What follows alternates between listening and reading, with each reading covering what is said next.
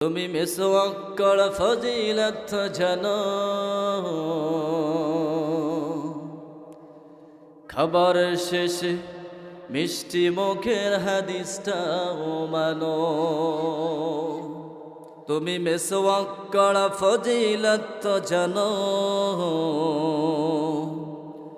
খাবার শেষে মিষ্টি মুখের হাদিসটাও মানো। শুধু হক কথাটা উচ্চ স্বরে বলতে পারো না, অন্যায় দেখে বারুদ হয়ে জ্বলতে পারো না। ঠিক কিনা বলে? শুধু হক কথাটা উচ্চ স্বরে বলতে পারো না, অন্যায় দেখে বারুদ হয়ে জ্বলতে পারো না। কেমন মুসলমান তুমি একটু ভাবো না, কেমন তোমার ঈমান একটু বলো না। তুমি মিসওয়াক্কর ফজিলত জানো, খাবার শেষে মিষ্টি মুখের হাদিসটাও মানো। وإذا قيل لهم تعالوا إلى ما أنزل الله وإلى الرسول رأيت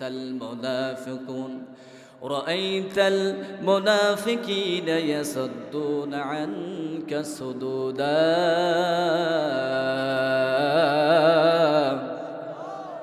আল্লাহ বললেন, নবী হে, ওয়াইদা কিলা লাহুম, ওয়াইজা মানে যখন, কিলা লাহুম মানে তাদেরকে বলা হয়, তাআলা ইলা মা আনজালাল্লাহু ওয়া ইলার রাসূল, তাদেরকে যখন বলা হয়, ও দুনিয়ার মানুষেরা, ও দুনিয়ার মানুষেরা, তোমরা আল্লাহর কাছে চলে আসো, আল্লাহর প্রতি আসো, অর্থাৎ আল্লাহ যা নাজিল করেছে তার দিকে আসো, রাসূলের দিকে আসো। নবী হে, আপনি দেখবেন রাআইতাল মুনাফিকুন, মুনাফিকদের দেখবেন, ইয়াসাদ্দুনা আনকা সুদুদা, তারা পাশ কাটায় মুখটা ফেরায় নিয়ে চলে যায়। কোরআনের কথা যখন ইমাম সাহেব বলে, হুজুর আলোচনা করে, কোরআনের কথা ভাল লাগে না, এরকম মুসল্লি আছে না নাই? কোরআনের হক কথাগুলো বললে সাধারণ মানুষের গা জ্বলে ওঠে, যার কোরআনের সঙ্গে সম্পর্ক ভালো নয়, কোরআনের সঙ্গে যখন জীবনটা মেলে না, তার চরিত্র মেলে না, হাঁটা চলা থেকে শুরু করে, পারিবারিক থেকে শুরু করে, রাষ্ট্রীয় পর্যায়ে থেকে শুরু করে, যখন কোরআনের সঙ্গে তার জীবন মেলে না, তখন বলে হুজুর রাজাকার। ঠিক কিনা বলে? তখন হুজুরকে বলা হয় মৌলবাদ, মাঝে মাঝে বলা হয় মোল্লার দৌড় মসজিদ পর্যন্ত। এমনও মানুষ যখন শর্তে ব্যাঘাত ঘটে যায়, ইমাম সাহেব যখন হক কথা বলে, কোরআনের কথাগুলো বলে, দেখবেন হুজুর খালি আমার বিরুদ্ধে কয়, আছে না নাই? ইমাম সাহেব, নতুন ইমাম মসজিদে নিয়োগ দেওয়া হয়েছে, নতুন ইমাম মসজিদে নিয়োগ দেওয়া হয়েছে।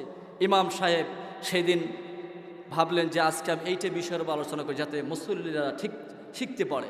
ইমাম সাহেব এবার মসজিদে এবার যে সুদ সম্পর্কে আলোচনা করা শুরু করে দিয়েছে। এমন তো অবস্থায় সুদ সম্পর্কে যখন আলোচনা করে, তা মসজিদের সভাপতি যিনি, তিনি ইমামের দিকে চোখ গন্ডায় গন্ডায় দেখে, চোখ গন্ডায় গন্ডায় দেখে। এক পর্যায়ে ওয়াজ শেষ, খুতবা শেষ, নামাজ শেষ, এবার ইমাম সাহেবকে ডাকছেন, ইমাম সাহেব একটু আগে যে কার বাড়িতে খেয়ে আসছে? তখন বলল যে সভাপতি সাহেব আপনার বাড়িতে। তা আমার বাড়িতে খেয়ে আসছেন, এখানে খেয়ে আসে আমার বিরুদ্ধে বলা লাগে? ইমাম সাহেব বলল যে সভাপতি সাহেব ঘটনা কি বুঝতে পারলাম না, আমি কোরআন থেকে সুদ সম্পর্কে আজকে মসজিদে খুতবা দিয়েছি, আপনার বিরুদ্ধে বললাম বলে বুঝলাম না বিষয়টা। তখন সভাপতি বললেন যে ইমাম সাহেব, আমি যে সুদ খাই, আপনি নতুন খতিব আসার পরে পরে আপনাকে কে বলেছে? আর আপনি বারবার টার্গেট করে করে আমাকে বলতেছেন, ঘটনা কি? আসলে বলুন তো, ইমাম সাহেব কি সভাপতির বিরুদ্ধে বলেছে? কথা বলেন, সুদখোরের বিরুদ্ধে বলেছি। এখন যদি সভাপতি সুদ খায় আর ইমাম সাহেব যে বক্তব্য দিতে গিয়ে যদি ওই সভাপতির গায়ে লাগে, দোষ কি ইমামের না সভাপতির? একটু কথা বলেন না কেন? আবার সভাপতি বলছে যে আগামী জুমায় যদি আপনি আপনার বক্তব্যর ধারা যদি চেঞ্জ না করেন, আপনার চাকরি থাকবে। ইমাম সাহেব করলেন কি, ঠিক আছে। আবার পরবর্তী জুম্মায় আসছে, জুম্মা আসার পর তিনি আলোচনা করতেছেন ঘুষ সম্পর্কে। কি সম্পর্কে? ঘুষ সম্পর্কে আলোচনা করতেছেন এক পর্যায়ে মসজিদের যিনি সেক্রেটারি উনি খালি ইমামের দিকে খালি মিট করে তাকায় দেখে। এক পর্যায়ে নামাজ শেষ, সেক্রেটারি মহোদয় ইমামকে ডাকছে, হুজুর এদিকে আসেন। খতিব সাহেব এবার গেলেন, সালাম কালাম হলো। এক পর্যায়ে বলল যে আজকে দাওয়াত কোথায় খেয়েছেন? সেক্রেটারি বাড়িতে। সেক্রেটারিকে আপনি? আচ্ছা, আমার বাড়িতে খেয়ে এসে আমার বিরুদ্ধে বলতেছেন, কে আপনাকে বলেছে? খতিব সাহেব তো একটু ফাঁকে পড়ে গেল, ঘটনা কি? যেটাই বলি সেটাই ভেজাল, এখন করবোটা কি? বলে দেখেন, আমি তো কোরআন থেকে আলোচনা করেছি, এখন আপনি যে ঘুষ খান এটা তো আমি জানি না। আচ্ছা বলেন তো দোষটা কার? সেক্রেটারি। কার দোষ? সেক্রেটারির। আগামী জুমায় যদি আপনার কথা বলার ধরন খুতবা যদি চেঞ্জ না করেন চাকরি থাকবে। ঠিক আছে। পরবর্তী জুমায় এবার উনি ঘুষ সম্পর্কে চেঞ্জ করে নতুন একটা টপিক নিয়ে এসছে। আজকের খুতবার বিষয় পর্দার গুরুত্ব। এ বিষয়ে ইমাম সাহেব খুতবা দিচ্ছেন। এক পর্যায়ে মসজিদের যিনি ক্যাশিয়ার, এই ক্যাশিয়ার খালি ইমামের দিকে গন্ডায় দেখে। এক পর্যায়ে নামাজ শেষ হওয়ার পর খতিব সাহেবকে ডাকলেন যে খতিব সাহেব এদিকে একটু আসেন। খুব রাগে, তেলে বেগে আগুন। খতিব সাহেব, কে আপনাকে বলেছে আজকে এই বিষয়ে আলোচনা করতে? কারণ ওই ক্যাশিয়ারের বউ বেটি বেপর্দা হয়ে চলে, রাস্তায় ঘোরাফেরা করে, কোনো পর্দার কোনো বালায়, একদম চিপা জামা পরে ক্যাশিয়ারের মেয়ে রাস্তা দিয়ে হেঁটে যায়। ওনার বউ পর্দা করে না, ক্যাশিয়ারকে মানে না। এক পর্যায়ে বললেন যে খতিব সাহেব, আমার মেয়ে আমার বউ যে বেপর্দা করে আপনাকে কে বলেছে? এখন খতিব সাহেব বলেন, দেখেন আমাকে তো কেউ বলে নাই, আমি এটা নিত্য নতুন টপিক সম্পর্কে আলোচনা করতেছি। এক পর্যায়ে ক্যাশিয়ার সাহেব বললেন, চাকরি যদি বাজাতে চান আগামী জুমায় যদি আপনার টপিক যদি আপনি চেঞ্জ না করেন তাহলে বেতন পাবেন। এখন আমরা ইমামরা, আমরা খতিবরা কোন কায়দায় পড়ে আসছি, কোন কায়দায় যে পড়ে গেছি, কোন চিপায় পড়ে গেছি। কিন্তু হক ইমাম যারা, তারা হক কথা বলতে পিছুপা হয়। একটু কথা বলেন, তারা পিছুপা হয় না। হক ইমামরা। গত কয়েকদিন আগে ফেসবুকে একটা দেখলাম, মাওলানা শেখ সাদি সাহেব উনি ইমামতি ছেড়ে দিয়ে বলেছেন যে দরকার হলে মুসিগিরি করে খাবো, মানুষের জুতা সেলাই করে খাবো, তারপরে ইমামতি করব না, চাকরগিরি করব না। আমি হতভঙ্গ হয়ে লাইভটা দেখলাম, ঘটনা কি? খতিব শেখ সাদি সাহেব এত সুন্দর বললেন যে মানুষের জুতা সেলাই করে খাবো, তারপরেও ইমামতি করবো না, চাকরগিরি করবো না। কেন? পরে উনি বলল যে আমি যে মসজিদের খতিব ছিলাম ওই মসজিদে আমার চাকরি, পেশ ইমাম এবং খতিব, আমাকে 18,000 টাকা মাসিক দেওয়া হতো। আমার কোনো আর ইনকামের সোর্স ছিল না। আমি, আমার বউ একদম সন্তান হওয়ার সময় হয়ে এসেছে, প্রেগনেন্ট। একবার আমি অনুরোধ করে বললাম এবং আমি চোখের পানি ফেলায় কাঁদছি, বলছি যে আমাকে অন্তপক্ষে 3টা মাস সময় দেন, আমি এখান থেকে আপনাদের বিদায় নিয়ে চলে যাব। তারপরও আপনাকে চাকরি থেকে বের করে দেওয়া হয়েছে। আমি সেদিন অল্প পুঁজি দিয়ে আমি একটা ভ্যান গাড়ি ক্রয় করলাম। ভ্যান গাড়িতে আমি কিছু কাপড় তুলে এবার ব্যবসা শুরু করলাম। ব্যবসা শুরু করতে করতে আজকে আমার আল্লাহ এক দুয়ার বন্ধ করে দিয়েছে, কিন্তু হাজার দুয়ার আল্লাহ খুলে দেয়। কথা বলে ঠিক কিনা? তিনি বলেছেন, আহারে বর্তমান ইমাম যারা মসজিদে হক কথা বলতে পারে না, মেম্বারে কোরআনের হক কথাগুলো বলতে পারে না, এরা আসলেই ইমামতিত্ব করে না, এরা চাকরগিরি করে। কারণ সভাপতি, সেক্রেটারি, ক্যাশিয়ারের কিছু কিছু মুসল্লির কথাই আলাদা, যার কারণে হক কথা বললে ইমামতি থাকে না। এই জন্য অনেক ইমামরা ম্যাও ম্যাও করে কথা বলে ঠিক কিনা?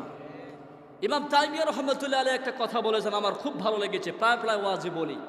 ইমাম তাইমিয়া রহমতুল্লাহ আলাইহি একটা উক্তি দিয়েছেন। উনি বলেছেন যে ইমাম মসজিদে হক কথা বলতে গিয়ে মুসল্লিরা তাকে দেখতে পারে না। কিছু মুসল্লি আছে না, ইমামের সব সময় গিবত গায়, আছে না?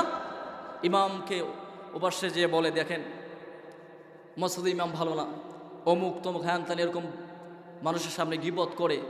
তা তাইমিয়া রহমতুল্লাহ আলাইহি বলছে যে ইমাম মসজিদে মিম্বরে বসে হক কথা বলার সময় দেখবেন মসজিদের মুসল্লিরা তার বিরোধিতা করে, এটা হচ্ছে হক ইমাম। কথা বলে ঠিক কিনা? আর যে ইমাম মসজিদে কথা বলতে যে মসজিদের মুসল্লিকে সবাইকে ভালোবাসার চোখে দেখে, অর্থাৎ সবাইকে তেল দিয়ে চলে, সবাইকে মেনে নেয়, সবাইকে মেনটেন করে চলে, আবার মুসল্লিরা ইমামকে, সব মুসল্লিরা ইমামকে ভালোবাসে, কোনো ইমামের বিরুদ্ধে কোনো মুসল্লি বলে না।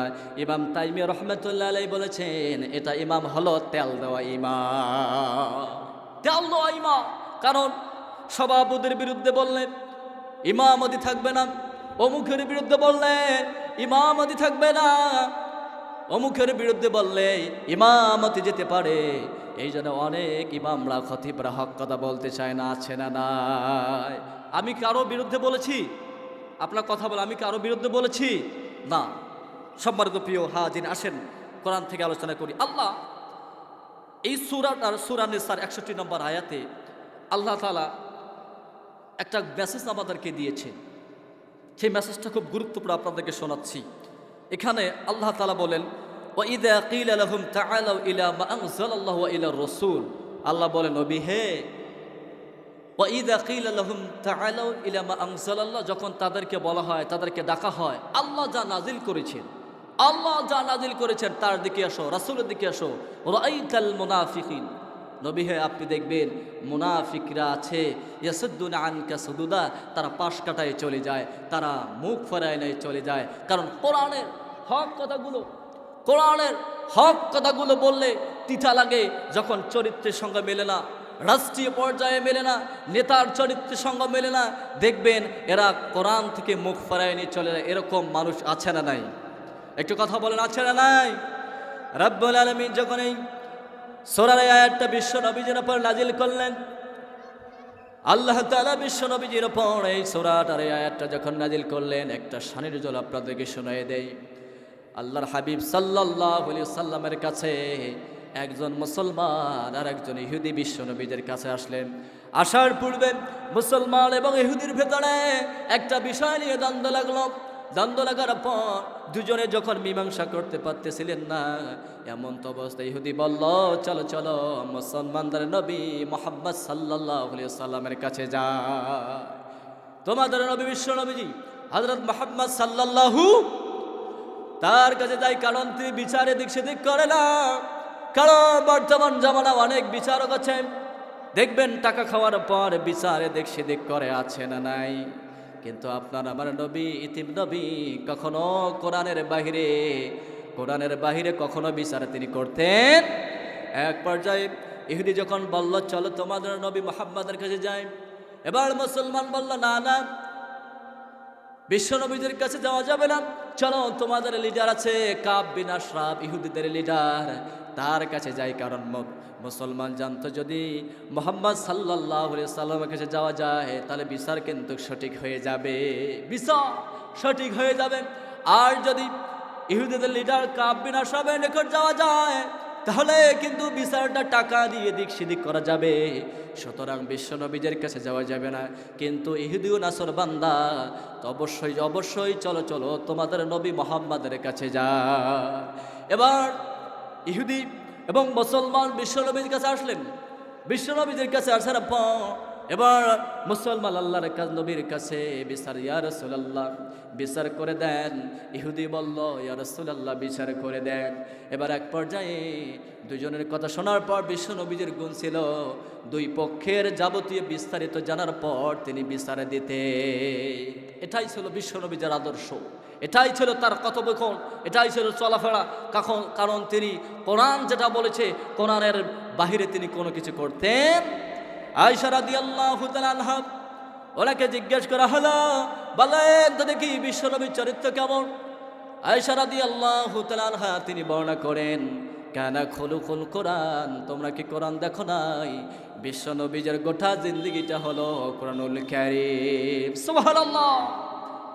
রাসূলের একজন বিবি ছিল উম্মে সালামা রাদিয়াল্লাহু তাআলা, তিনি বর্ণনা করেন যখন বিশ্বনবীজি রাস্তা দিয়ে হেঁটে যেতেন আমি দেখতে পেতাম জীবন্ত কোরআনুল কারীমটা মনে হয় রাস্তা দিয়ে রাস্তা দিয়ে হেঁটে যাচ্ছে। উম্মে সালামা রাদিয়াল্লাহু তাআলা আনহা তিনি বর্ণনা করেন, রাসূল যেভাবে হাঁটতেন মনে হয় জীবন্ত কোরা রাস্তা দিয়ে হেঁটে যাচ্ছে। সুবহানাল্লাহ। এক পর্যায়ে ইহুদি এবং মুসলমান যখন আল্লাহর নবীদের কাছে আসলেন, আসার পর বললেন যে ইয়া রাসূলুল্লাহ, এই ঘটনা একটু বিস্তার করে দেন। এবার বিশ্বনবীজি যাবতীয় শোনার পর এক পর্যায়ে আল্লাহর হাবিব সাল্লাল্লাহু আলাইহি ওয়াসাল্লাম এবার তিনি এক পর্যায়ে সিদ্ধান্তে পৌঁছালেন যে ইহুদির কাছে এবার আল্লাহ রাসূল রায় দিলেন যে ইহুদি ঠিক, মুসলমান হচ্ছে দোষী। এক পর্যায়ে যখন জানতে পারলেন মুসলমান, একটু আগে কিন্তু ইহুদিদের লিডার কাব বিন আশরাফের কাছে যাইতে চাচ্ছিলেন। এবার বলেন তো মুসলমান খুশি নে বেজার হবে? একটু কথা বলেন না, একটু জোরে বলেন। বেজার হয়ে যাবে, কারণ মুসলমান কিন্তু রায় পায় নাই। এক পর্যায়ে মুসলমান যখন রায় পেলেন না, এবার ইহুদিকে নিয়ে চলে গেলেন যে না, এই মুহাম্মদের বিচার আমি মানি না, বলেন না উযুবিল্লাহ।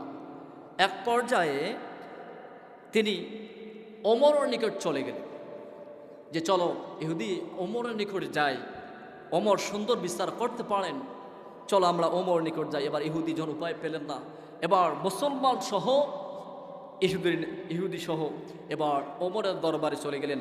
এবার ওমরের দরজায় গিয়ে এবার কারাঘাট করার পর ভেতর থেকে আওয়াজ করলেন, কে কে? তখন মুসলমান এবং ইহুদি বলল যে আমরা। এবার হযরত ওমর রাদিয়াল্লাহু তাআলা আনহু জিজ্ঞেস করলেন, ও মুসলমান, তুমি কি বিশ্বনবীজির বিচার পছন্দ করো নাই? এবার মুসলমান বলল, না না, বিশ্বনবীজির বিচার আমার পছন্দ হয় না, এই জন্য আপনার কাছে বিচার পাওয়ার জন্য আপনার কাছে এসেছি। এবার হযরত ওমর ইবনুল খাত্তাব রাদিয়াল্লাহু তাআলা আনহু বলল, একটু সবর করো, একটু দাঁড়াও, আমি ভেতর থেকে আসতেছি। হযরত ওমর এবার ঘরের ভেতর চলে গেলেন। ঘরের ভেতরে চলে যাওয়ার পর লঙ্গা একটা তলোয়ার নিয়ে আসে, কোনো কথা না বলে মুসলমানের গর্দানের ভেতরে এমন একটা কোপ দিয়েছে, এই কোপ খাওয়ার কারণে মুসলমানের ধর থেকে মাথাটা দ্বিখণ্ডিত হয়ে আলাদা হয়ে গিয়েছে। আল্লাহু আকবার। এখন বলেন তো, যখন এই মুসলমানের কল্লাটা যখন অর্থাৎ মাথাটা যখন গলা থেকে আলাদা হয়ে পড়ে গেল, বলেন তো ইহুদি কি সেখানে দাঁড়িয়ে থাকবে? বলে চাচা আপন জীবন বাঁচা। এবার ইহুদি চলে গেলেন, চলে যেয়ে চতুর্পাশ দিয়ে বলতে লাগলেন যে শোনো শোনো, হযরত ওমর মুসলমান কতল করেছে, হযরত ওমর মুসলমান কতল করেছে। এক পর্যায়ে চতুর্পাশে যখন ছড়িয়ে পড়ল, বিশ্বনবীদের কাছে সাহাবীর এসে বললেন, ইয়া রাসূলুল্লাহ, আপনার প্রিয় সাহাবী হযরত ওমর একজন মুসলমানকে হত্যা করেছে, তার গর্দান থেকে কল্লা দ্বিখণ্ডিত করে আলাদা করে ফেলেছে। ইয়া রাসূলুল্লাহ, এখন তো কতলের বদলে কতল, তাহলে ওমরকে তো হত্যা করা লাগবে। এক পর্যায়ে আল্লাহর নবীজি একটু চিন্তিত হলে, একটু বিস্মিত হয়ে গেলেন। ঘটনা কি? হযরত ওমর তো এমনিতে এরকম কাজ করতে পারে? কি করতে পারে? এক পর্যায়ে হযরত ওমর রাদিয়াল্লাহু তাআলা আনহুর কথা যখন চতুর্পাশে ছড়িয়ে পড়ল, এবার সাহাবীরা যখন আল্লাহ রাসূলের কাছে বলতে লাগলেন, সবাই চিন্তিত হয়ে পড়লেন যে হযরত ওমরকে কতল করা হবে, হযরত ওমরকে হত্যা করা হবে। আল্লাহ রাসূল বললেন, তোমরা সবর করে তাওয়াক্কুল করো, আগে হযরত ওমরকে জিজ্ঞাসা করে নেওয়া যাক, দেখি তো কি হয়। কারণ হযরত ওমর এমন একজন মানুষ ছিলেন যার সামনে বিশ্ব নবীজি সার্টিফাইড করেছেন, লা নাবিয়্যুনা বা'দা ওয়া লা রাসূলা লাউ কানা ওমর। আল্লাহ রাসূল বললেন, আমার পরে নবীও নাই, রাসূল নাই, আমার পরে নবী হতো এক ওমর। সেই ওমর তো কখনো অন্যায় করতে পারে? ওমরের মতন বাংলার জমিনে একজন রাষ্ট্রনায়ক দরকার আছে না নাই? জোরে বলেন। ওমরের মতন যদি বাংলার জমিনে একজন রাষ্ট্রনায়ক থাকতো মুসলমান, একটু খেয়াল করেন, ওমর যেভাবে তামাম অর্ধ পৃথিবী শাসন করেছেন, এরকম রাষ্ট্রনায়ক যে বাংলার জমি থাকতো, বাংলাদেশে আজকে দুর্নীতি, চাঁদাবাজ, ঘুষখোর, সুদখোর, জিনাখোরকে খুঁজে পাওয়া যেত না। ঠিক কিনা বলে? প্রভু তুমি বলেছ রাসূল দেবে না, বলনি দেবে না, বলনি দেবে না হামজাতারি, খালিদ বিজয় সমর। প্রভু তুমি বলেছ রাসূল দেবে না, বলনি দেবে না আমার, বলনি দেবে না হামজাতারি খালিদ বিজয় সমল। লিল্লাহি তাকবীর, লিল্লাহি তাকবীর। আল কোরআনের আলো। আপনাদের কষ্ট হচ্ছে? এক পর্যায়ে হযরত ওমর রাদিয়াল্লাহু তাআলা আনহু যখন বিশ্বনবীর কাছে ছুটে আসলেন, বিশ্বনবী জিজ্ঞেস করলেন, ওমর তুমি নাকি মুসলমান হত্যা করেছো? এবার হযরত ওমর রাদিয়াল্লাহু তাআলা আনহু বললেন, ইয়া রাসূলুল্লাহ, অবশ্যই আমি একজনকে হত্যা করেছি, তবে মুসলমানকে নয়, সে মুনাফিক। আল্লাহু আকবার। হযরত ওমর রাদিয়াল্লাহু তাআলা আনহু বললেন, ইয়া রাসূলুল্লাহ, ওগো আল্লাহর নবী, আমি একজন মুনাফিককে হত্যা করেছি। এবার বিশ্বই বললেন, ওমর খুলে বলো ঘটনাটা, কেন তুমি একজন মুসলমানকে হত্যা করলা, আর তাকে কেনই বা তুমি মুনাফিক বলছো বলো। এবার ওমর রাদিয়াল্লাহু তাআলা আনহু বললেন, ইয়া রাসূলুল্লাহ, ওগো আল্লাহর নবী শোনেন, আপনি বিচার করে দিয়েছেন, সেই বিচারটা সে মানে নাই, আমার কাছে দ্বিতীয় সানি করার জন্য গিয়েছে।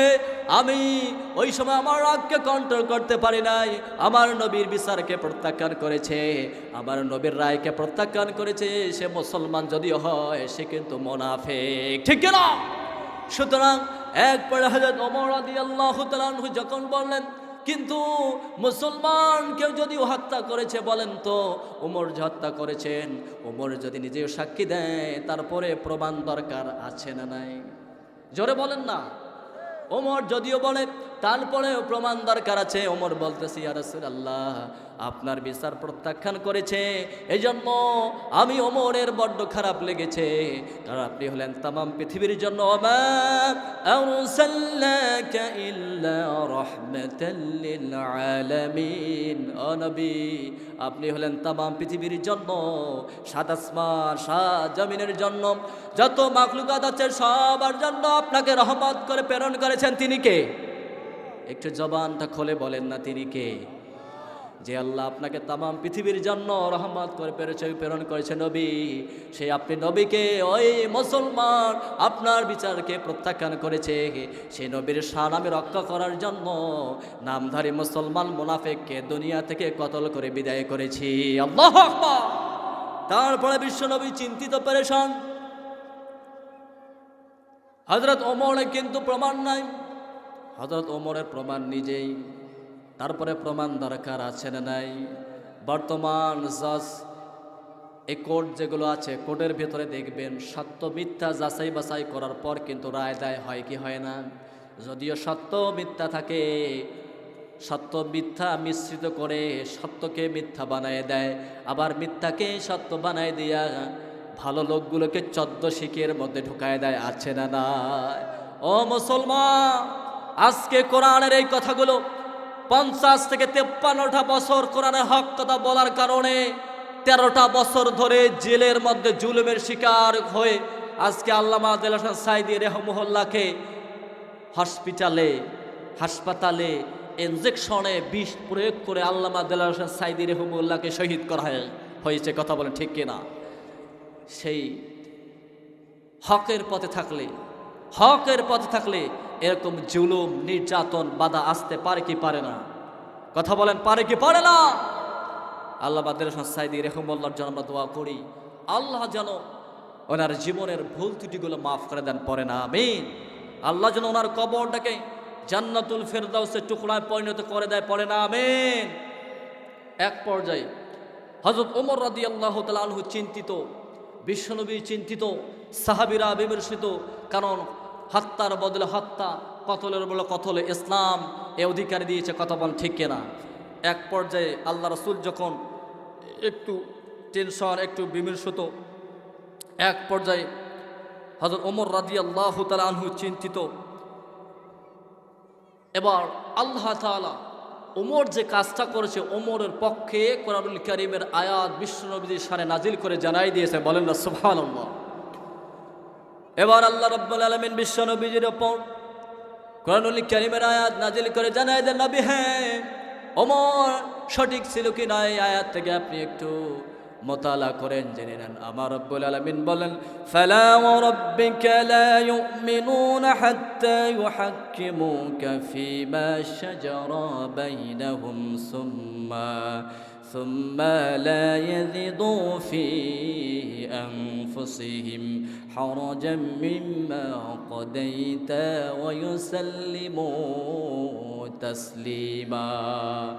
আল্লাহ বললেন, নবী হে শুনুন, নবী একটু শুনুন, আল্লাহ কত সুন্দর বলেন, ফালা ওয়া রাব্বিকা লা ইউমিনুন, তারা কখনো মুমিন হতে পারবে না, তারা কখনো মুমিন হতে পারবে না, হাত্তা ইউহাক্কিমুকা ফীমা শাজারা বাইনাহুম, অতঃপর যতক্ষণ পর্যন্ত না বিচারের ভেতরে আপনি নবীকে তারা বিচারক না মানবে, একে অপরে আপনাকে বিচারক না মানবে, পরস্পরে বিরোধের সময় আপনি নবী যখন ফয়সালা করে দেন, এই ফয়সালাটা যখন আপনি নবীকে বিচারক না যতক্ষণ পর্যন্ত তারা মানবে না, অতক্ষণ পর্যন্ত তারা মুমিন হতে পারে। তার মানে মুসলমান মুনাফিক ছিল না মুমিন ছিল? কথা বলেন, ওই মুসলমান মুনাফিক ছিল না মুমিন ছিল? তার মানে রাসূলের বিচারকে প্রত্যাখ্যান করেছে। এই জন্য আল্লাহ ওমর যে কাজ করেছে, ওমরের পক্ষে বিশ্ব নবীজির শানে আমার আল্লাহ আয়াত নাজিল করে জানাই দিয়েছে, নবী হো ফালা ওয়া রাব্বিকা লা ইউমিনুন। তারা আল্লাহর কসম করে আল্লাহ বলছেন, নবী হে আমার রবের কসম, আমি রবের কসম, আমি আল্লাহর কসম, তারা কখনো প্রকৃত মুমিন হতে পারবে না যতক্ষণ পর্যন্ত না তারা পরিপূর্ণভাবে আপনাকে বিচারক না মানবে। সুতরাং বলেন তো, মুসলমান কি বিশ্ব নবীজিকে কি বিচারককে মেনেছিল? একটু জোরে বলেন না। এই জন্য ওমর রাদিয়াল্লাহু তাআলা আনহু যাকে হত্যা করেছে, বলেন তো ঠিক করেছে না বেঠিক করেছে? ঠিক করেছে। সুতরাং এই যে মুনাফিককে হযরত ওমর রাদিয়াল্লাহু তাআলা আনহু হত্যা করলেন, কারণ সে আমার রাসূলের বিচারকে প্রত্যাখ্যান করেছে, অর্থাৎ রাসূলের বিচার সে মানে নাই, যার কারণে ওমর রাদিয়াল্লাহু তাআলা আনহু মুনাফিককে হত্যা করেছে। এরকম মুনাফিক বাংলার জমিনে আছে না নাই? জোরে বলে আছে না নাই? আল্লাহর হাবিব সাল্লাল্লাহু আলাইহি সাল্লাম বলে, মুনাফিকের আলামত তিনটা। কয়টা? একটু জোরে বলেন। আয়াতুল মুনাফিকি সালাসুন। আল্লাহর নবীজি বললেন মুনাফিকের আলামত তিনটা। এক নম্বর হলো ইজা হাদ্দাসা কাযাবা, মুনাফিক যখন কথা বলে তখন মিথ্যা কথা বলে। এরকম মুসলমান আছে না নাই? কথায় কথায় মিথ্যা কথা বলে। ও ভাইরা, একটু লক্ষ্য করেন, আল্লাহর নবীজি বলেছেন যারা সদা সর্বদা মিথ্যা কথা বলে, আল্লাহ রাব্বুল আলামিন পার্লামেন্ট রেজিস্টার খাতার ভেতরে আছে, ওই রেজিস্টার খাতার ভেতরে আল্লাহ তার নামটা মিথ্যাবাদী লিখে দেয়। আর যারা দুনিয়াতে সদা সর্বদা মিথ্যা কথা বলে, আমার আল্লাহ দুনিয়াতে তাকে মিথ্যাবাদী হিসেবে পরিচয় করে দেয়। অনেক মানুষ আছে দেখবেন, যদি তার কথা ওঠে বলে হ্যাঁ ওটা মিথ্যাবাদী, ওটা মিথ্যুক, কি বলে কি বলে না? বলে না, বলে না। মিথ্যা কথা বলবেন না। আল্লাহ নবী বললেন যারা সদা সর্বদা সত্য কথা বলে, আল্লাহর দপ্তর পার্লামেন্টের ভেতরে ওই ব্যক্তির নামটা সত্যবাদী হিসেবে লিখে দেওয়া হয়। বলেন না সুবহানাল্লাহ। আর যারা সদা সর্বদা সত্যের সঙ্গে লেগে থাকে, রব্বুল আলামিন দুনিয়াতে তাকে সত্যবাদী হিসেবে পরিচয় করে দেয়। যারা সত্য কথা বলে সমাজে তার মূল্যায়ন আছে না নাই? আমাদের ইমাম সাহেবরা মিথ্যা কথা বলে না সত্য কথা বলে? এই জন্য ইমামদের মূল্যায়ন হয় কি হয় না? এই যে মনে করেন আমাদের এই যে এই আদিতবাড়ি কেন্দ্রের মসজিদের খতিব সাহেব, আমাদের হুজুর হাবিবুর হুজুর, ইনি যদি একটা কথা বলে আপনারা যদি শোনেন, বলবেন না হুজুর কি মিথ্যা কথা বলতে পারে? তার মানে সত্যবাদী যে হয় তার সম্মানটা বাড়ায় দেন তিনি কে? এই জন্য সদা সর্বদা সত্য কথা বলবেন, বলবেন ইনশাআল্লাহ। 2 নম্বর আল্লাহর হাবিব বললেন ওয়া ইজা ওয়াদা আখলাফা, অর্থাৎ যারা মুনাফিক হয় তারা যখন ওয়াদা করে ওয়াদা ভঙ্গ করে, ওয়াদা রাখে। অনেক মানুষ আছে দেখবেন ওয়াদা করে যে অমুক জায়গায় যাবো তমুক জায়গায় যাব, কিন্তু দেখবেন ওয়াদাটা আর রাখে। ইসমাইল আলাইহিস সালাতু ওয়াস সালাম নাম শুনেছেন আপনারা? ইব্রাহিম নবীর সন্তান ইসমাইল আলাইহিস সালাতু ওয়াস সালাম, তিনিও নবী ছিলেন। উনি একজনের সঙ্গে একটা কথা হলো যে আগামীকাল আসরের নামাজের পর অমুক জায়গায় অমুক গাছের নিচে ওখানে আসবেন, ওইখানে আপনার সঙ্গে আমার একটু কথোপকথন হবে। এবার হযরত ইসমাইল আলাইহিস সালাতু ওয়াস সালাম পরের দিন আসর নামাজ পড়ে সেই গাছের কাছে চলে গেলেন। এবার তিনি দেখলেন, প্রহর গুনতে লাগলেন, তারপরে সেই ব্যক্তিটা আসে নাই। আবার পরের দিন একই সময় আবার তিনি গেলেন, হয়তোবা আজকে আসে নাই। তিনি আবার আগামীকাল আসতে পারে। এভাবে এক নয় দুই নয় কয়েকদিন যাওয়ার পর ইনি প্রতিদিন এইভাবে যায়। আজকে লোকটা আসনে হয়তো বা আগামীকাল আসতে পারে। ইসমাইল আলাইহিস সালাতু ওয়াস সালাম এরকম অনেক দিন গেছে, তারপরে তিনি তেনার ওয়াদা রেখেছেন। অর্থাৎ যারা মুমিন মুত্তাকি হয় তারা তাদের কখনো ওয়াদা বরখেলাপ করতে পারে। 3 নম্বর, ওই যে উতুমিনা খানা, অর্থাৎ মুনাফিকদের কাছে মুনাফিকরা আমানতের খেয়ানত করে। আপনি একজন মানুষকে 5,000 টাকা, 10,000 টাকা অথবা 20,000 টাকা অথবা একটা অলংকার এটা রাখতে দিয়েছেন, এমনও মানুষ আছে কিছুদিন পর অস্বীকার যায়, অস্বীকৃত যায়। হ্যাঁ মিয়া, আপনি যেমন করেন যে টাকাটা চাইলেন যে ভাই আমার টাকাটা দিয়ে দিত, বা বোনরা যে বললো যে বোন আমি তোকে হারটা রাখতে দিয়েছি, হারটা দে। ওই কিসের হার রাখতে দিয়েছিস? এই মেয়ে আপনি আমার কাছে কিসের টাকা দিয়েছেন? এরকম বলে কি বলে না? মুমিন যারা হয় তারা কখনো আমানত খেয়ানত করতে পারে। আবার আল্লাহর হাবিব সাল্লাল্লাহু আলাইহি সাল্লাম বললেন, 4টি স্বভাব যার মধ্যে বিদ্যমান হচ্ছে সে হচ্ছে খাঁটি মুনাফিক। 4টি স্বভাব যার মধ্যে বিদ্যমান থাকে সে হলো খাঁটি মুনাফিক। যার মধ্যে এর একটি স্বভাব কমপক্ষে থেকে যায়, অর্থাৎ পরিত্যাগ না করা পর্যন্ত তার ভিতরে মুনাফিকি থেকে যায়। 3টা তো বললাম, 4র্থ নম্বর হলো মানুষের সঙ্গে যখন কথা বলে একটু ঝগড়ায় লিপ্ত হয়ে যায় তখন দেখবেন লিমিট ক্রস করে ফেলে, অর্থাৎ বেশি বেশি খারাপ খারাপ ভাষায় বিশ্রী ভাষায় মানুষকে গালি দেয়। এরকম লোক আছে না নাই? বিশ্রী ভাষায় গালি দেন। মানুষের সঙ্গে কথা বলার সময় দেখবেন এমন ভাষায় গালি দেয়, মা তুলে গালি দেয়, বাবা তুলে গালি দেয়, আছে না নাই? ও ভাইরা, মুনাফিকদের জন্য কঠিন শাস্তির ব্যবস্থা আমার আল্লাহ করে গেছেন, একটু আপনাদেরকে শোনাই দিচ্ছি। রাব্বুল আলামিন বলেন, ইন্নাল মুনাফিকিনা ইউখাদিউনাল্লাহ ওয়া হুয়া খাদিউহুম। আল্লাহ বলে নিশ্চয়ই মুনাফিকরা আল্লাহকে ধোঁকা দেয়। নিশ্চয়ই মুনাফিকরা যারা আছে তারা আল্লাহকে ধোঁকা দেয়, বরং আল্লাহ তাদেরকে ধোঁকায় ফেলে ধোঁকা দেয়। যারা মুনাফিক হয় তারা নিজেদেরকে ধোঁকা দেয়, আল্লাহকে ধোঁকা দিতে পারে না, আল্লাহ তাদেরকে ধোঁকায় ফেলে। ঠিক কিনা? 5 নম্বর মুনাফিকের বৈশিষ্ট্য হলো মুনাফিকরা যখন নামাজে দাঁড়ায় দেখবেন, নামাজে যখন দাঁড়ায় অলস্যভাবে দাঁড়ায়, নামাজে যখন দাঁড়ায় দেখবেন দাড়ি চুলকায়, মাথা চুলকায়, এক পায়ের উপর অনেক সময় এদিকে ভর করে দাঁড়ায়। নামাজের ভেতরে মনোযোগী থাকে না, খুশু খুঁজিও থাকে না, আছে না নাই? অনেক মানুষ দেখবেন নামাজে দাঁড়াইছে, এপাশে দেখে ওপাশে দেখে, আবার কেমন কেমন একটা অস্থিরতা অবলম্বন করে। আজকালকার দিনের বেশিরভাগ মানুষ দেখবেন যে যখন নামাজে যখন দাঁড়ায় দেখবেন ছটপট ছটপট করে। কথা বলেন ঠিক কিনা? আমরা আজকে মসজিদগুলোকে আমরা পাবলিক টয়লেট মনে করি। মসজিদগুলোকে আমরা আজকে পাবলিক টয়লেট মনে করি। যেমন করে মানুষ যখন পাবলিক টয়লেটে যখন প্রবেশ করে, বাহিরে আসার জন্য যেমন ছটপটায়, ভেতরে ঢোকার জন্য যেমন ছটপটায়, তেমনি করে আজকে মসজিদের ভেতর যতক্ষণ ঢুকে নামাজ পড়তেছি খালি বের হতে চাওয়ার জন্য ছটপটায়, কতক্ষণে বের হয়। কথা বলেন ঠিক কিনা? 5 নম্বর মুনাফিকের বৈশিষ্ট্য সম্পর্কে রব্বুল আলামিন বলেন, وَإِذَا قَامُوا إِلَى الصَّلَاةِ قَامُوا كُسَالَى। 5 নম্বর মুনাফিকের বৈশিষ্ট্য সম্পর্কে আল্লাহ বললেন, যখন মুনাফিক বলে নামাজে দাঁড়ায় দেখবেন তারা নামাজের যখন দাঁড়ায় তখন ছটপটায়, নামাজের খুশু খুজু থাকে না, নামাজের দাঁড়িয়ে তারা ছটপটায়, নামাজে মনোযোগ থাকে না। ঠিক কিনা? এরপর যারা নামাজে যখন দাঁড়ায়, ইউরাউনান নাস, মানুষ দেখানোর জন্য নামাজে দাঁড়ায়, নামাজের ভেতরেও লৌকিকতা মানুষ দেখানো কিছু মুসল্লি নামাজ আদায় করে, আছে না নাই? 6 নম্বর আল্লাহ তাআলা বললেন, 6 নম্বর মুনাফিকের বৈশিষ্ট্য হলো ওয়ালা ইয়াযকুরুনাল্লাহা ইল্লা কলিলা। 6 নম্বর মুনাফিকের বৈশিষ্ট্য হলো মুনাফিকরা যখন নামাজে দাঁড়ায় দেখবেন নামাজে মনোযোগ থাকে না। 6 নম্বর মুনাফিকের বৈশিষ্ট্য হলো তারা আল্লাহকে স্মরণ করতে চায় না, কোরআনের কথা ভাল লাগে না। দেখবেন কত মানুষ তাফসীর মাহফিল না আসে, আশেপাশে ঘুরে বেড়াচ্ছে, আছে না নাই? তার মানে বুঝতে হবে এরা মুনাফিক। এখন পর্যন্ত যারা তাফসীর কোরআনুল কারীমের মাহফিলে আসতে পারে না, আশেপাশে ঘোরাফেরা করতেছে, আল্লাহর কথা মতন হলো এরা মুনাফিক। ঠিক না? আল্লাহর কথা ভালো লাগে না, রাসূলের কথা ভালো লাগে না। ইমাম সাহেব মসজিদে খুতবার কত সুন্দর বয়ান দেয়, দেখবেন ওখানে যে অনেক মুনাফিক মার্কা মুসল্লিরা ঘুমায় এবং মসজিদ থেকে বের হয়ে এসে ইমাম খতিবের সমালোচনা করে, এরা হলো টাটকা মুনাফিক। কথা বলেন ঠিক কিনা?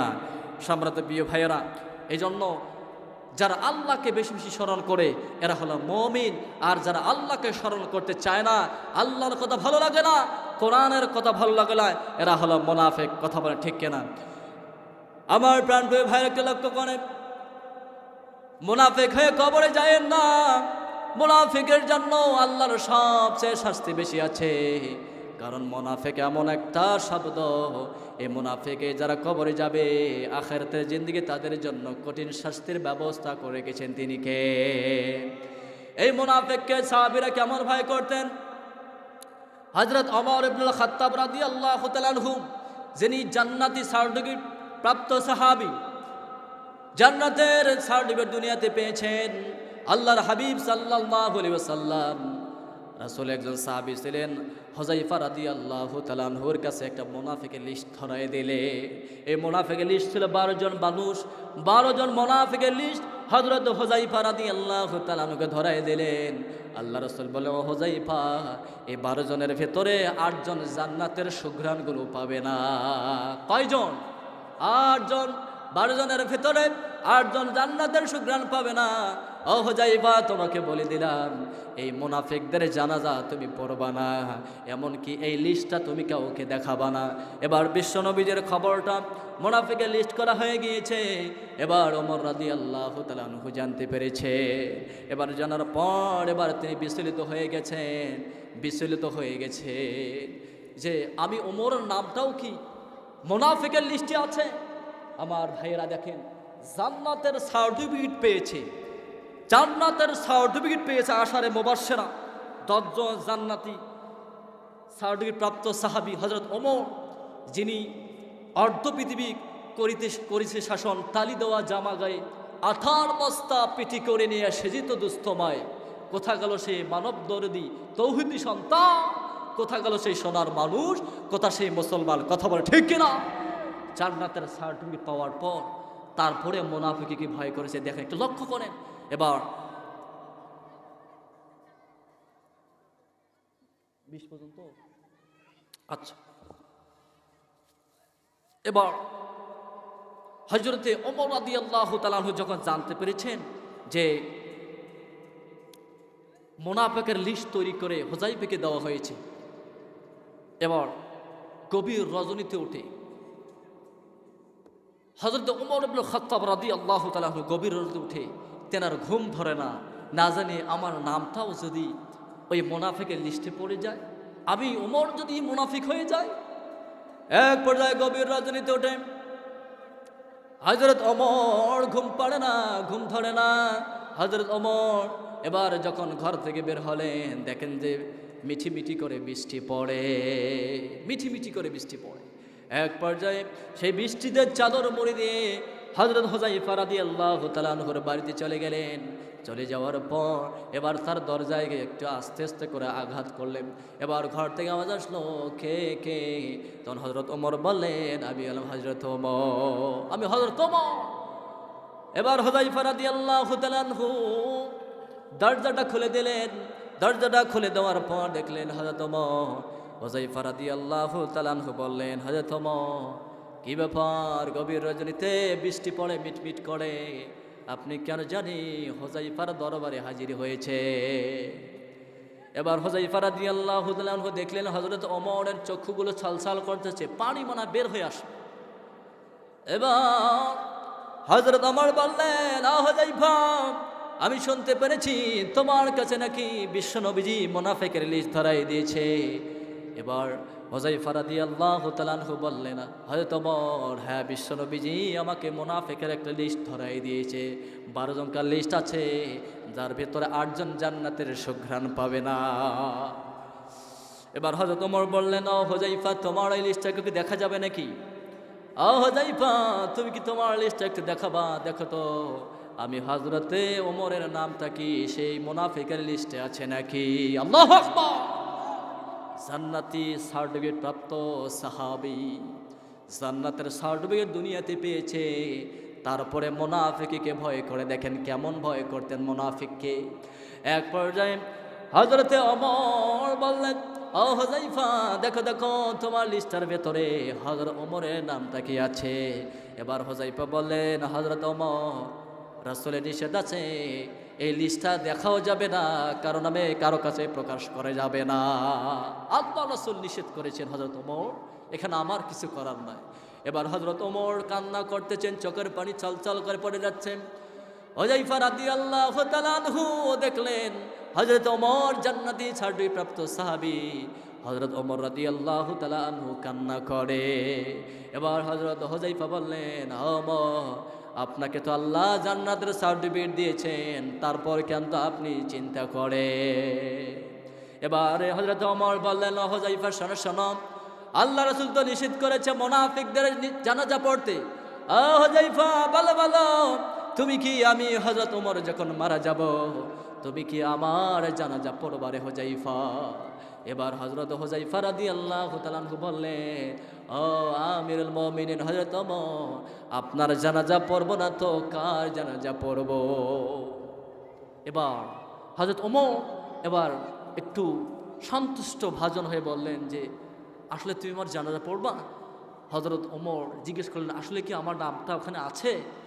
হযরত ওমর যখন এই কথা বলেন, হযরত হুযায়ফা বললেন, আমিরুল মুমিনিন হযরত ওমর, এই লিস্টটা কারো কাছে বলা যাবে না, কারণ আমার রাসূলের নিষেধ আছে। একবারে হযরত ওমর বললেন, আমি একটু আশ্বস্ত হলাম, সন্তুষ্ট হলাম, কারণ রাসূল যেহেতু নিষেধ করেছে মুনাফিকদের জানাজা পড়ার, তার মানে তুমি আমার জানাজা করবা, তার মানে হয় আমার নামটা ওই মুনাফিকের লিস্টের ভেতরে নাই। এবার হযরত ওমর তারপরে কিন্তু কান্না করে। হযরত ওমর বললেন, হুযায়ফা শোনো শোনো, যে আল্লাহ দয়া করে মায়া করে আমি ওমরের প্রতি সন্তুষ্ট হয়ে জান্নাতি খাতায় আমার নামটা লিখে দিয়েছে হুযায়ফা, ওই আল্লাহ যদি একবার আমার প্রতি বেজার হয়ে যায়, জান্নাতি নামটা কেটে দিয়া জাহান্নামের খাতায় লিখে দিতে পারে রে হুযায়ফা, ঠিক কি না? এই জন্য আমার ভাইয়েরা, মুনাফিকদের ব্যাপারে আবার রব্বুল আলামিন কত সুন্দর করে কোরআনুল কারীমের ভেতরে বিধান দিয়েছেন। যারা মুনাফিকি করে যাবে তাদের জন্য আবার রব্বুল আলামিন মুনাফিকদের ব্যাপারে ওয়াদা দিয়েছে, মুনাফিক পুরুষ মুনাফিক নারী জাহান্নামে যাবে। আপনারা কি মুনাফিক হয়ে মরতে চান না মুমিন হয়ে মরতে চান? একটু জোরে বলেন, মুনাফিক হয়ে মরতে চান না মুমিন হয়ে মরতে চান? কারা কারা মুনাফিক হয়ে মরতে চান হাত তুলে দেখান। আচ্ছা, কারা কারা মুমিন হয়ে মরতে চায় হাত তুলে আল্লাহকে দেখায়। লিল্লাহি তাকবীর, লিল্লাহি তাকবীর। যারা যারা হাত তোলে নাই বুঝতে হবে মুনাফিক হয়ে মরতে চায়, আর যারা যারা হাত তোলেছে মুমিন হয়ে মরতে চায়। আমরা কোন দলে থাকতে চাই? হাত তোলেন, সবাই হাত তোলে। আল্লাহ আল্লাহ হাতগুলোকে কবুল করেন, পড়েন আমিন। মিথ্যা কথা বলবেন, আমানত খেয়ানত করবেন, ওয়াদা বরখলাপ করবেন, মানুষের সঙ্গে কথা কাটাকাটি হলে কি ঝগড়ায় ওই সময় বেশি বেশি খারাপ কথা বলবেন, অশ্লীল কথা বলবেন। যারা এই কথাগুলো বলবে, এইরকম মুনাফিকের বৈশিষ্ট্য যার মধ্যে পাওয়া যাবে, বুঝতে হবে আল্লাহর কথা মতন এটা হলো জাহান্নামী কথা বলে, ঠিক না? আল্লাহর কাছে বলি, আল্লাহ আমরা মুসলমান হয়ে যেন মরতে পারি, আল্লাহ তৌফিক দান করে, সবাই বলে আমিন। রাব্বুল আলামিন বললেন, ইন্নাল মুনাফিকিনা ফিদ দারকিল আসফালি মিনান নার ওয়া লান তাজিদ লাহুম নাসীরা। আল্লাহ বলেন, নিশ্চয় মুনাফিকরা জাহান্নামের নিম্ন গহ্বরে থাকবে, না জাহান্নামের নিম্ন স্তরে থাকবে, তাদেরকে সাহায্য করার মতন কেউ থাকবে। আপনাদেরকে বুঝালে, আপনাদেরকে উদাহরণ দিয়ে আপনারা বুঝতে পারবেন। আগুনের তিনটা স্তর থাকে, কয়টা? একটা ওপর, একটা মধ্যম, একটা নিম্ন স্তর। আচ্ছা বলেন তো, কোথায় হাত দিলে সবচেয়ে আগুন, মানে হাত দিলে হাতটা পোড়া যাওয়ার সম্ভাবনা থাকে? তার মানে আগুনের যে তিনটা স্তর, প্রথম মধ্যম নিম্ন, কোথায় তাপ বেশি? হ্যাঁ হ্যাঁ, একদল বলতেছে নিচে, একদল বলতেছে মধ্যে। আসলে আগুনের সবচেয়ে তাপ হলে যেখান থেকে আগুনটা উৎপন্ন হয়, তার মানে নিম্ন গহ্বরে। কোথায়? নিম্ন গহ্বর। আল্লাহ সেই কথাটাই বললেন, ইন্নাল মুনাফিকিনা ফিদ দারকিল আসফালি মিনান নার। জাহান্নামের নিম্ন গহ্বরে মুনাফিকরা থাকবে, অর্থাৎ যারা মুনাফিকি করে তারা জাহান্নামের নিম্ন গহ্বরে থাকবে, তাদেরকে সাহায্য করার মতন কেউ থাকবে। এই জন্য আমার প্রিয় ভাইয়েরা একটু লক্ষ্য করেন, আল্লাহ রাসূল সাল্লাল্লাহু আলাইহি সাল্লাম মসজিদের নববীতে বসা ছিলেন। এমন তো অবস্থায় আব্দুল্লাহ রাসূল একজন সাহাবী বিশ্ব নবীদের কাছে আসলেন, বললেন ইয়া রাসূলুল্লাহ, ওগো আল্লাহর নবী, আমার আব্বা জান আব্দুল্লাহ ইবনে উবাই মুনাফিকদের সর্দার। এক পর্যায়ে আব্দুল্লাহ মুনাফিকদের লিডার ছিল আব্দুল্লাহ ইবনে উবাই ইবনে সালুল। তার সন্তান আব্দুল্লাহ বিশ্বনবী সাহাবী ছিলেন। আল্লাহ রাসূলের কাছে এসে বললেন ইয়া রাসূলুল্লাহ, ওগো আল্লাহর নবী, কিছুক্ষণ পূর্বে আমার আব্বা জান ইন্তেকাল করেছেন। ইন্তেকালের পূর্বে 3টা নসিহত করেছেন, যে 3টা নসিহত আপনি নবীর মাধ্যমে করা সম্ভব। দয়ার নবী মায়ার নবী এবার বললেন যে কি 3টা নসিহত করেছে তোমার আব্বা জান, একটু বলো। বুখারী জানাজা অধ্যায় হাদিসগুলো এসেছে। এক পর্যায়ে বললেন ইয়া রাসূলুল্লাহ, আমার আব্বা জান মরে যাওয়ার পূর্বে 3টা নসিহত করে গিয়েছেন। 1 নম্বর, আমার আব্বাজানের দাফনের কাফনটা যেন আপনার জিহ্বা মোবারক দিয়ে দেওয়া হয়। বলেন না আল্লাহু আকবার। এবার বিশ্বনবী যখনই এই কথাটা শুনেছেন আব্দুল্লাহর কাছ থেকে, আল্লাহ নবীজি এবার তার জিহ্বা মোবারক খুলে এবার খোলা শুরু করলেন। পেছন থেকে পেছনে দাঁড়িয়েছেন হযরত ওমর। এবার বিশ্বনবীজির জিহ্বা মোবারক টেনে ধরলেন, বললেন ইয়া রাসূলুল্লাহ, আপনি কাকে জিহ্বা দিতে চাচ্ছেন? আপনি কি জানেন না? আপনার কি পড়ে নাই? এই আব্দুল্লাহ ইবনে উবাই যতটা আপনার ক্ষতি করেছে, কাফেররাও অতটা ক্ষতি করতে পারে। ইয়া রাসূল, আপনার মনে আছে কি নাই, আপনি যখন ওদের প্রান্তরে পৌঁছার পূর্বে যখন 1000 সৈন্যবাহিনী নিয়ে আমরা চলে যাচ্ছিলাম, এমন তো অবস্থায় প্রতিমধ্যে আব্দুল্লাহ ইবনে উবাই বলেছিল ইয়া রাসূলুল্লাহ, কি প্রয়োজন খামাখা কাফেরদের সঙ্গে যুদ্ধ করে নিজেদের জীবনটাকে শহীদ করা, শেষ করে দেওয়া। ইয়া রাসূলুল্লাহ, আমরা তো মসজিদেই ভালো ছিলাম, মসজিদের ভিতরে আমরা তো জিকিরাজগার করতেছিলাম, এটাই তো ভালো ছিলাম। খামাখাই কাফেরদের সঙ্গে যুদ্ধ করতে যে আমাদের বিবিরা বিধবা হবে, আমাদের সন্তানরা পিতৃহারা হবে, সুতরাং ওটা কি ভালো ছিল না? এক পর্যায়ে আল্লাহ রাসূল সাল্লাল্লাহু আলাইহি সাল্লাম বললেন যে আব্দুল্লাহ ইবনে উবাই, শোনো, এই কোরআনটা, এই ইসলামটা শুধু মসজিদের জন্য আসে নাই। এই কোরআনটা, ইসলামটা আল্লাহ শুধু মসজিদের জন্য সীমাবদ্ধ করে নাই। এই কোরআন ইসলামটা মসজিদ থেকে টেনে বের করে নিয়ে তাম পৃথিবীর দোরগোড়ায় পৌঁছে দেওয়ার জন্য কথা বলা ঠিক কিনা? এবার রাসূলের সঙ্গে দ্বিমত করে 1000 সৈন্যবাহিনীর মধ্যে 300 সৈন্যবাহিনী নিয়ে আব্দুল্লাহ ইবনে উবাই এখান থেকে চলে গেলেন। থাকে কত? 1000-এর ভেতর 300 করে থাকে কত? 700। এবার 700 সৈন্যবাহিনী আল্লাহ রাসূল নিয়ে চলে গেলেন। এক পর্যায়ে ওমর বলে ইয়া রাসূলুল্লাহ, ওই উহুদের প্রান্তরে পৌঁছার পূর্বে ওই দিন আপনি এত কান্না করেছেন, আমি ওমর দেখেছি জীবনেও আপনি এরকম কান্না করে। এবার আল্লাহ রাসূল সাল্লাল্লাহু আলাইহি ওয়াসাল্লাম ওমরকে বলে, ওমর শোনো, আল্লাহ আমাকে এখতিয়ার দিয়েছে, হয় একটা গ্রহণ করবো আর একটা গ্রহণ করব। এবার ওমর বিশ্বনবীর যুবামক ছেড়ে দিয়ে পেছনে দাঁড়ায় থাকলেন। এবার আব্দুল্লাহ ভাই ইয়া রাসূলুল্লাহ, 2য় নম্বর হলো ওসিয়ত হলো, আমার আব্বা জান বলেছেন আপনি তার জানাজার ইমামতিত্ব করবেন। 3য় নম্বর নসিহত হলো, স্বয়ং আপনি আমার আব্বা জানকে কবর রাখবেন গো নবী। এবার আল্লাহ রাসূল সাল্লাল্লাহু আলাইহি সাল্লাম এবার চলে গেলেন, তার বিশ্বনবীজির জানাজার জন্য প্রস্তুতি গ্রহণ করলেন। বিশ্বনবীজির জুবা দিয়ে আব্দুল্লাহ ইবনে উবাই মুনাফিকদের সর্দার, তার গায়ে দাফনের কাপড়টা বিশ্বনবী জুব্বা মোবারক দিয়ে দেওয়া হয়েছে। এবার বিশ্বনবী জানাজার জন্য দাঁড়ায় গেলেন। দয়ার নবী মায়ার নবী ওমর কিন্তু জানাজায় এক পাশে দাঁড়ায় আছে, সাহাবীরা হতভম্ব হয়ে দাঁড়ায় আছে। ওমর কল্লটা কি বিশ্বনবীর জানাজার নামাজে দাঁড়িয়ে গেছে, কিন্তু ওমর কিন্তু মুনাফিকের জানাজা পড়তেছে না। সাহাবীরা কানা ঘুষাঘুষি করতেছে। ঘটনা কি? বিশ্বনবীজি ইমামতির জন্য দাঁড়ায় গেছে, কিন্তু ওমর দাঁড়াচ্ছে না, কারণ ওমর হলো এক কথার মানুষ, কথা বলে ঠিক কিনা?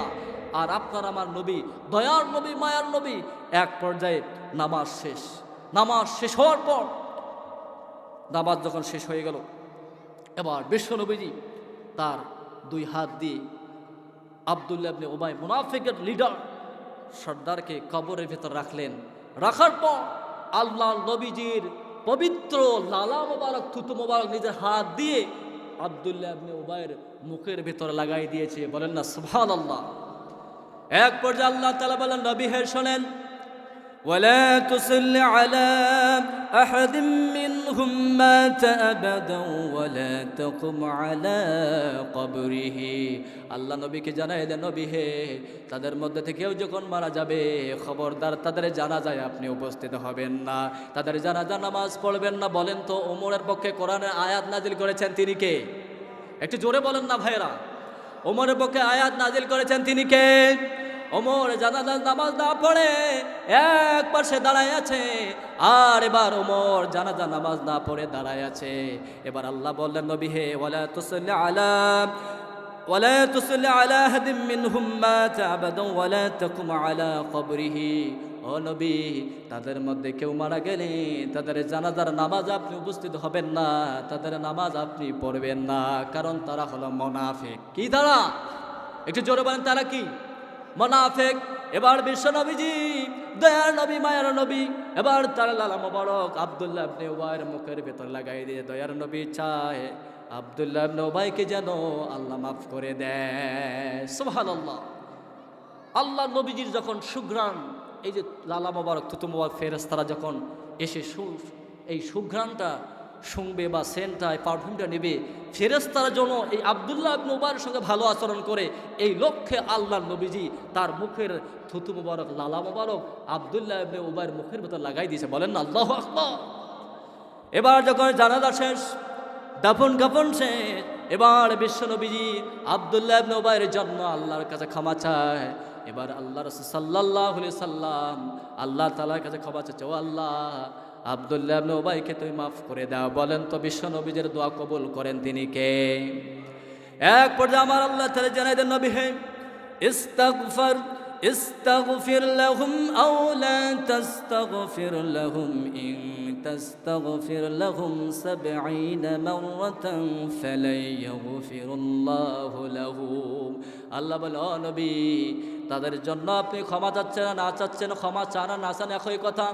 একবার নয়, দুইবার নয়, আপনি যদি ৭০ মাররাতান ৭০ বার যদি আমি আল্লাহ তাআলার কাছে ক্ষমা চান, তারপরে আমি আল্লাহ তাদেরকে ক্ষমা করব না, কারণ তারা ছিল মুনাফিক। কি ছিল? জোরে বলেন, কি ছিল? মুনাফিক। এক পর্যায়ে আল্লাহর হাবিব সাল্লাল্লাহু আলাইহি সাল্লাম, দয়ার নবী, মায়ার নবী, তারপরে যখন আল্লাহ আয়াত নাজিল করে জানাই দিয়েছে, ও নবী, তাদের জন্য ক্ষমা প্রার্থনা করুন, না করুন, দোয়া করুন আর না করুন, উভয় একই কথা। আপনি একবার নয়, দুইবার নয়, যদি ৭০ বার যদি আব্দুল্লাহ ইবনে উবাইয়ের জন্য আল্লাহর কাছে ক্ষমা চান, আল্লাহ কিন্তু ক্ষমা করবে। এখান থেকে শিক্ষা হলো, আল্লাহ রাসূল সাল্লাল্লাহু আলাইহি ওয়াসাল্লাম আব্দুল্লাহ ইবনে উবাইয়ের জন্য নিজের জুব্বা মোবারক দিয়েছেন, নিজেই জানাজার ইমামতি করেছেন, নিজেই আবার বিশ্ব নবীজি আল্লাহর কাছে তার জন্য ফরিয়াদ করেন। তারপরে কিন্তু আল্লাহ মাফ করে, নাই। দয়ার নবী ৭০ বারের বেশি আল্লাহর কাছে ক্ষমা চাইলেন, তারপরে আল্লাহ মাফ করেছেন কিনা? আল্লাহকে মাফ করেছেন না, আল্লাহ তারপরে মাফ করে। তারপর তার কারণ ছিল, এই আব্দুল্লাহ ইবনে উবাই ছিল মুনাফিক। সুতরাং যারা মুনাফিক হয়ে কবরে যাবে তাদের শাস্তি এরকম করে দিবেন তিনি কে? এই জন্য আল্লাহ তাআলা কত সুন্দর বলেছেন, ও দুনিয়ার মানুষ, মুনাফিক হয়ে মরিও না, তারা মুনাফিক হয়ে যারা মরবে, ইন্নাল মুনাফিকিনা ফিদ দারকিল আসফালি মিনান নার, মুনাফিকরা জাহান্নামে নিম্ন গহ্বরে আল্লাহ তাদেরকে ফেলে শাস্তি দেবেন। সুতরাং আপনারা কি মুনাফিক হয়ে মরতে চান না মুমিন হয়ে মরতে চান? তাহলে মুমিন হয়ে মরতে চাইলে আল্লাহর হাবিব সাল্লাল্লাহু আলাইহি সাল্লাম বলেন, মুনাফিকদের কাছে 2 নামাজ সবচেয়ে কষ্টর, একটা হলো ফজর আর এশা। আচ্ছা বলেন তো, কতজন মানুষ আজকে এশার নামাজ পড়েছেন? হাত তোলার দরকার নাই। অধিকাংশ মানুষ এখানে এশার নামাজ পড়ে না, অধিকাংশ মানুষ ফজরের নামাজ পড়ে না। আমার প্রাণপ্রিয় ভাইয়েরা, যে নবী যার জন্য জুব্বা মোবারক দিলেন, যার জন্য নিজে ইমামতি করলেন, বিশ্বনবী থুতু মোবারক যার মুখে লাগিয়ে দিলেন, আল্লাহ রাসূল সাল্লাল্লাহু আলাইহি ওয়াসাল্লাম, যার জন্য আল্লাহর হাবিব নিজ হাত দিয়ে দোয়া করেছেন, ফরিয়াদ করেছেন, তারপরে কি আল্লাহ ক্ষমা করেছেন? একটু কথা বলেন না, তারপরে কি আল্লাহ ক্ষমা করেছেন?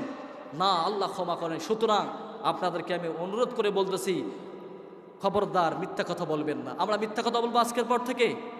মিথ্যা কথা বলবেন? আমানতের খেয়ানত করা যাবে, ওয়াদা রাখলে ওয়াদা বরখলাপ করা যাবে।